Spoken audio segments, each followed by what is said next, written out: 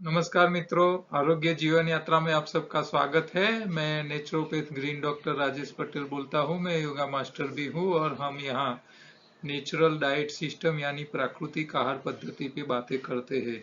आहार से बीमारी आती है, आहार से बीमारी जा सकती है।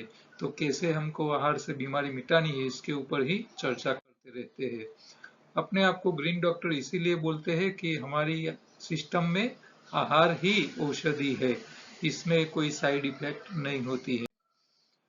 आरोग्य का पंचामृत 5 बातें सिखाता है कि आपके शरीर में बीमारी तभी आती है जब बिना चबाया, तीनों टाइम पकाया यानी कि एसिडिक खुराक, जरूरत से ज्यादा खाने से पोषक तत्वों का अभाव होता है और शरीर में कचरा बढ़ता है।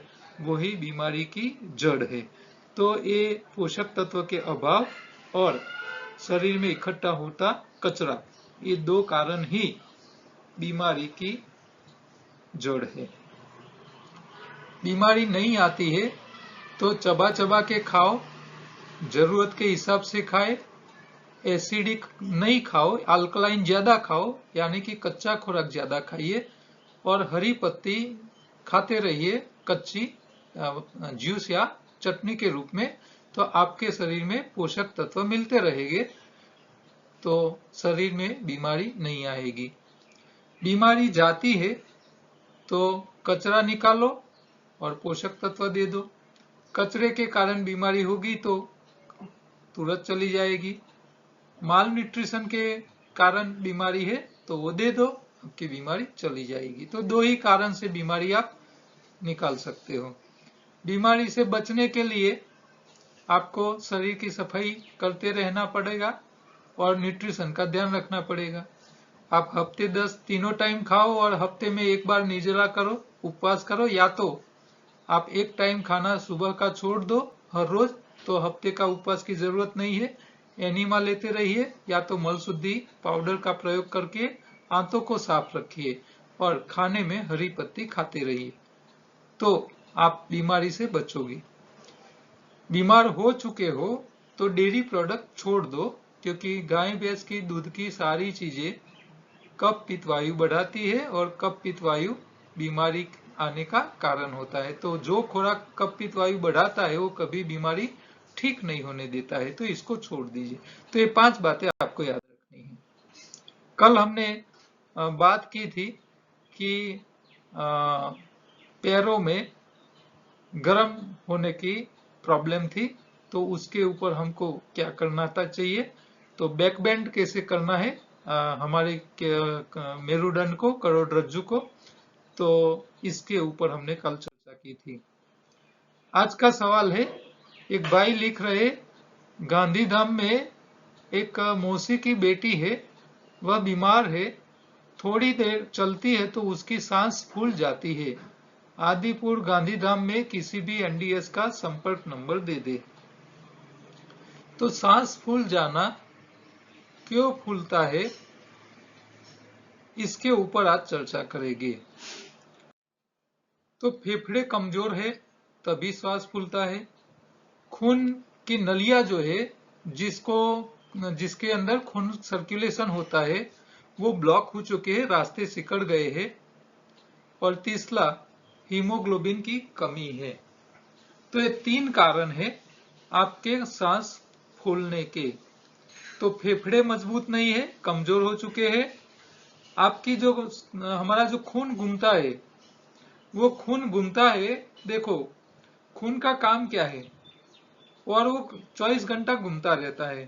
तो मान लो आपका हृदय काम कर रहा है, तो हृदय को एनर्जी पहुंचाने का, हृदय को ऑक्सीजन पहुंचाने का, हृदय के मसल काम करते हैं, तो वहां जो कार्बन डाइऑक्साइड पैदा होता है, ऑक्सीजन यूज हो जाता है, कैलोरी यूज हो जाती है, कार्बन डाइऑक्साइड पैदा होता है हृदय के अंदर मसल में, तो उसको फेफड़े तक ले जाने का, फेफड़ों से ऑक्सीजन हृदय तक ले जाने का, ये सारा काम हीमोग्लोबिन करता है।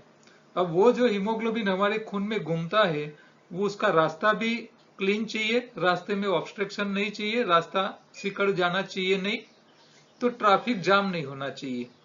अब मान लो आपके हीमोग्लोबिन की कमी है, तो ऑक्सीजन फेफड़ों से हृदय तक ले जाना है, फेफड़ों से आपके पैर तक ले जाना है, फेफड़ों से फेफड़ों में ऑक्सीजन लेना है, कार्बन डाइऑक्साइड को छोड़ना है। तो अब फेफड़े बिगड़ गए हैं, आपके शरीर में कफ प्रकृति ज्यादा है, फेफड़ों के अंदर टीबी जैसी बीमारी हो चुकी है, फेफड़ों के अंदर कफ जमा हो गया है ज्यादा, तो आपको ऑक्सीजन अंदर आ नहीं पाएगा, कार्बन डाइऑक्साइड बाहर नहीं निकल पाएगा और आपके फेफड़ों कमजोर बन जाएंगे, तो एक समस्या आएगी।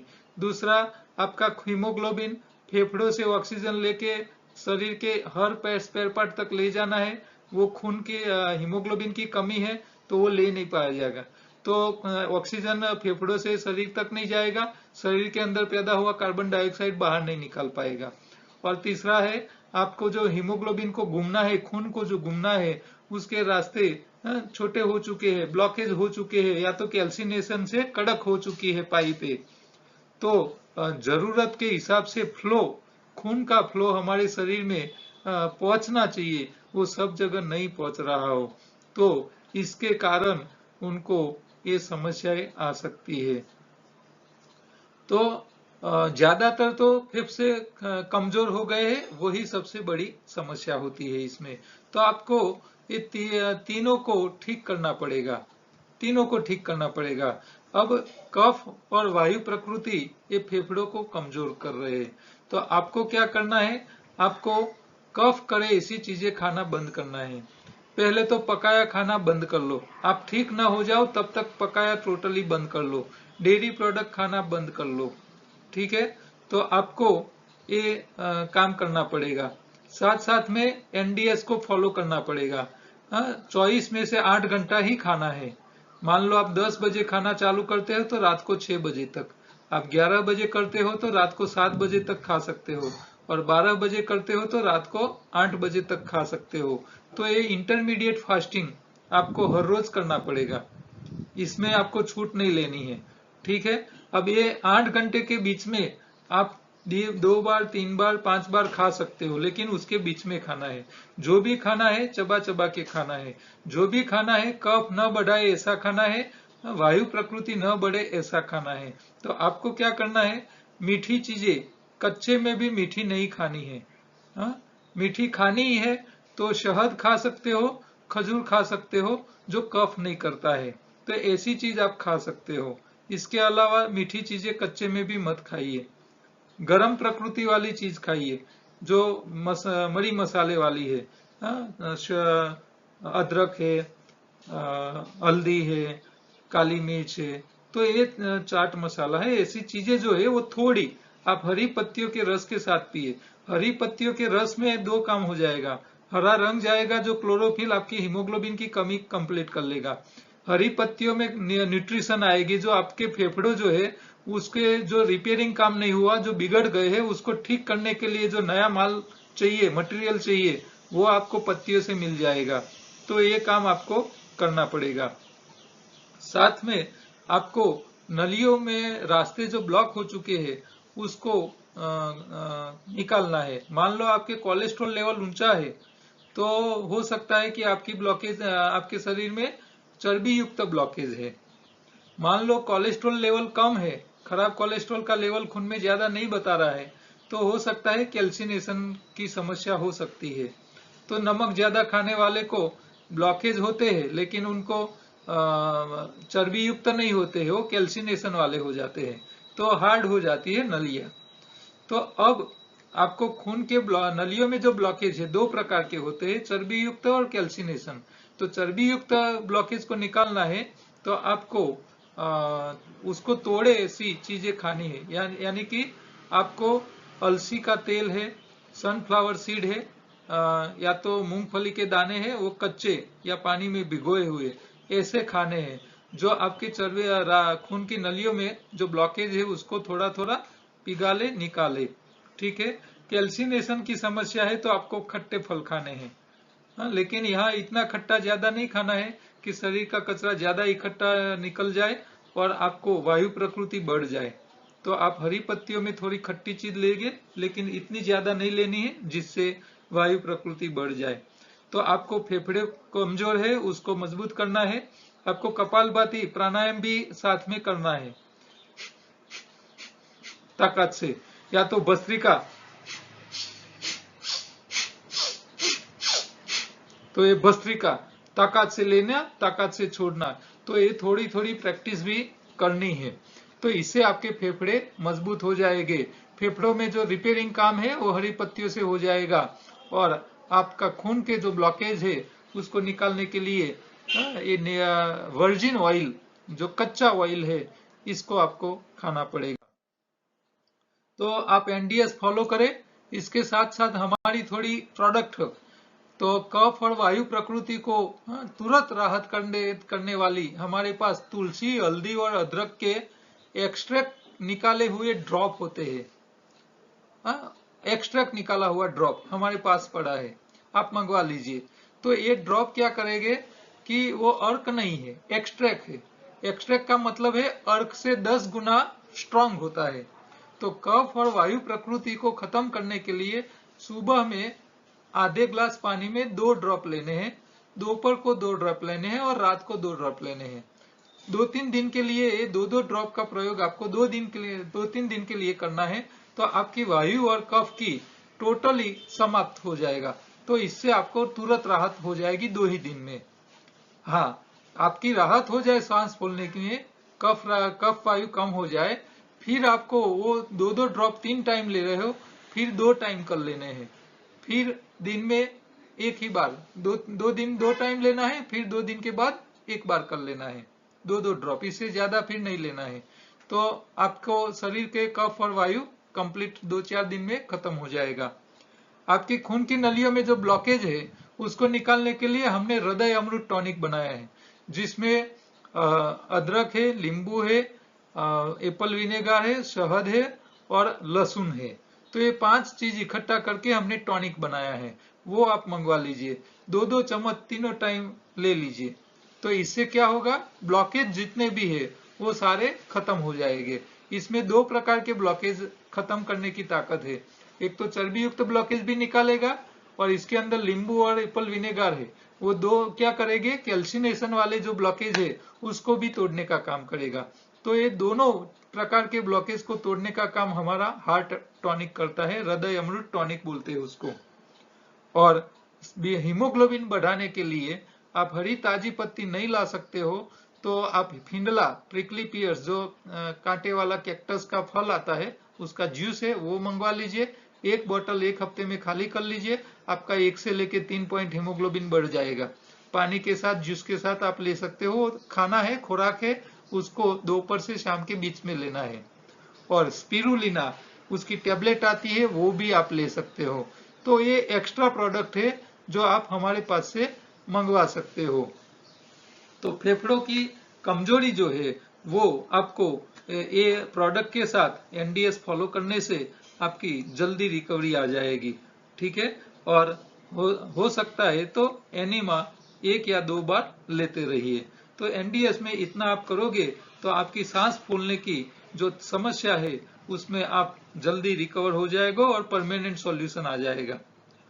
एक बार ठीक हो जाइए तब तक पकाया खाना बंद करना है।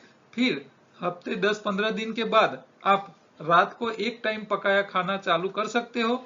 इसके अंदर आप हो सकता है तो अनाज में गेहूं चावल की जगह लिटिल मिलेट पका के सुबह में भिगोना है, दोपहर को पकाना है और रात को ठंडा ठंडा लिटिल मिलेट आपको खाना है। तो ये आप ले सकते हो। आज की उपयोगी प्रोडक्ट है तुलसी, हल्दी, अदरक के ड्रॉप्स, जो एक्सट्रैक्ट का निकाला हुआ है, एक्सट्रैक्ट होता है। तो ये शरीर में कफ और वायु की करीब 50 से लेके 80 प्रकार की बीमारियां होती है, ऐसा आयुर्वेद कहता है। तो शरीर में कफ और वायु को कंट्रोल करने के लिए इतना स्ट्रांग है हमारा हेल्दी अर्ब, जो तुलसी, हल्दी और अदरक का एक्सट्रैक्ट है, वो 2-2 ड्रॉप ही काफी है। 3 दिन में सालों पुरानी खांसी आपको 2-3 दिन में खत्म करके दे देता है। वायरल इन्फेक्शन में भी ये बहुत काम आती है। तो ये कोरोना काल में ये भी उसको लोगों ने बहुत अच्छा उसका प्रयोग किया। आप खुद जब नहीं पियोगे ड्रॉप लाके, तब तक पता नहीं चलेगा ये कितना स्ट्रांग है। बड़े लोगों को तो, नॉर्मल व्यक्ति जिसको कफ वायु नहीं है, बचने के लिए लेना है, तो पूरे दिन में 1 या 2 ड्रॉप से ज्यादा नहीं लेना है बड़े लोगों को। छोटे बच्चे को तो 1 ड्रॉप से ज्यादा पूरे दिन में 24 घंटे में नहीं लेना है। और जिनकी पित्त प्रकृति है तो वो ये 2-2 ड्रॉप लेंगे तो भी उसको गर्म पड़ेंगे, तो उसको तो 1 ही ड्रॉप लेना पड़ेगा। हाँ, 1 ड्रॉप, सिर्फ 1 ड्रॉप। हाँ, इतना स्ट्रांग है उसको। ये छोटी बोतल आती है लेकिन काफी लंबी चलती है, और ये आपको अद्भुत रिजल्ट देती है। ऐसी प्रोडक्ट आपको बाजार में नहीं मिलेगी। ये चीज जो है, हम जो प्रोडक्ट देते हैं वो सारी चीजें अच्छी क्वालिटी की हम एक्वायर करते हैं, बनवाते हैं, और उसमें से जो भी नफा प्रॉफिट होता है उसमें खर्चा निकाल के बचता है वो सारा चैरिटी में जाता है। तो आप हमारी प्रोडक्ट मंगवाओगे तो इसके फायदा तो होगा ही, लेकिन आप अनजाने में आप दान भी कर रहे हो। ये भी कुदरत का हमारा जो कर्म है उसमें शामिल हो जाता है। काम की बातों में जो बातें डॉक्टर हमको नहीं बताते हैं, उसमें आज एक दूसरी बात हम बताना चाहेंगे कि सीने में जलन की दवाई आंतों का अल्सर साथ लाती है। आपके पेट में जब जलन होती है, एसिडिटी होती है, तो ये उसकी जो दवाई लेते हैं तो ये अल्सर साथ लाती है। बहुत बार खान पान या हवा पानी में बदलाव होने से व्यक्ति को पेट की बीमारियां हो जाती है। इनमें से एक सीने में जलन का भी होना भी है, जिसके लिए डॉक्टर एंटी गैस्ट्रिक दवाइयां देते हैं। इन मेडिसिन से आंतों का अल्सर होने की संभावना बढ़ जाती है। साथ साथ ही हड्डियों का क्षरण यानी कि कमजोर होते हैं। तो हड्डियों का क्षरण होता है, विटामिन B12 का एब्जॉर्ब करने की क्षमता कम हो जाती है। इससे दूसरी बीमारियां भी व्यक्तियों को घेर लेती है।